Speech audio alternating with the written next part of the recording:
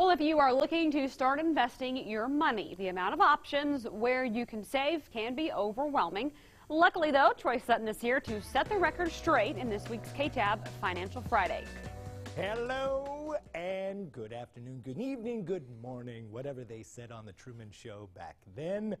Do you know what leads most people into debt? Trying to catch up with the people who are already there. We spoke last time about automating our financial lives. This can avoid debt and increase wealth. Yay! In our efforts to increase wealth, we all have the option of saving money in tax-advantaged retirement accounts. Oh, this too can be automated through your employer's payroll. Now, I was asked recently to speak on this subject during this segment, as there seems to be some confusion and even some bad advice out there. Remember, there are three kinds of people: those who can count and those who can't. As a review of a prior discussion, tax-advantaged retirement accounts come in a variety of numbers and letters. 401k, 403b, 401a, 412i, IRA, Roth IRA, SEP IRA, Simple IRA, and more. Each one is designed with the same overall strategies of tax deduct, tax defer, and tax-free, but apply to different employments, different setups, incomes, and contribution limits.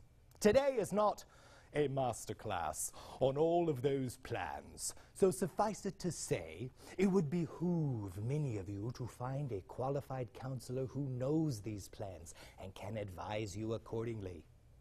I might be one of them. Today, let me focus on one aspect of these plans. Just one. Tax deductible versus tax-free. Where can you always find money? Money. Always. Where can you always find money? In the dictionary. One of my biggest pet peeves is when I'm asked to speak at a public school district, which I frequently am, but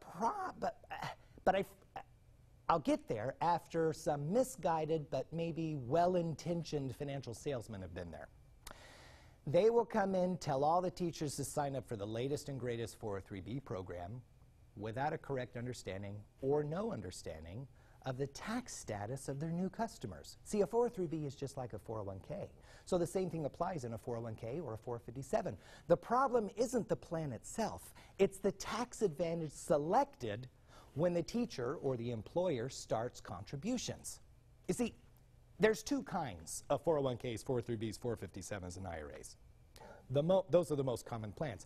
The traditional tax benefit is when contributions go into the plan without being taxed, and all the money coming out of it is taxed in retirement, right? The Roth 401k, Roth 403b, Roth 457, and Roth IRAs are different.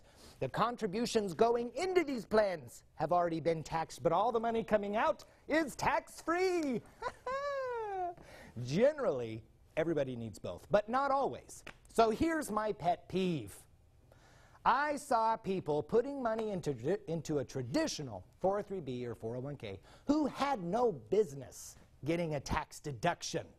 See, a traditional account is tax deductible. In other words, they either made little money and were already in a low 10% or less tax bracket, or they were ranchers, farmers, or business owners with tons of tax deductions from those activities and were in a 10% or less tax bracket. Ugh. Troy, why is that bad, you might ask? Here's why that's bad. If I am paying fuel taxes, then tax deducting into a traditional 403b or 401k means I save fuel tax dollars. See, if these employees save maybe 5% in income taxes, and then in the end they end up paying 10 or 15 when they pull it out, what did they do wrong? They did it wrong because they're putting in less and pulling out more at the end. Why? Maybe they're making less money. Maybe Congress raised taxes. Maybe they don't have a farm anymore. Save 5% just to pay 10% later? Ridiculous. So what should they have done? What should these financial sales guys should have done? Opened a Roth or a 401k with the clients based on their taxes today. If they're in a low tax rate, then they need to be doing a Roth 403b or a Roth 401k. And all of the income, henceforth and forever, is tax-free. So here's the lesson.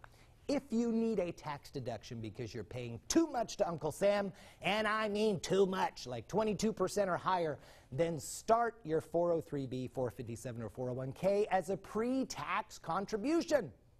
If you're giving a measly 10% or 12% to the Uncle Sam, then maybe you need to pay the taxes now, while they're still low, and take future tax raise risk off the table. That's what I'm saying. Talk with a qualified tax advisor or a financial consultant about your taxes to determine which plan you should be in at work or on your own, the traditional or the Roth. Jimmy Kimmel said, "Tax day is the day that ordinary Americans send their money to Washington, D.C., and wealthy Americans send their money to the Cayman Islands." Have a great week.